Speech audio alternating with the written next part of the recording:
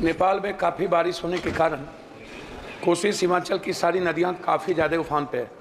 लगातार कटाव जारी है, चाहे वो नवहट्टा हो, चाहे पूर्णिया जिले का अमोर हो, बायसी हो, कटिहार के महानंदा से लेकर के कोसी और गंगा, इधर कुर्सेला, बरारी, लगातार कटाव जो प्रशासनिक लापरवाही है ये अत्यधिक है, जिसके चलते कई गांव विलीन हो गए हैं।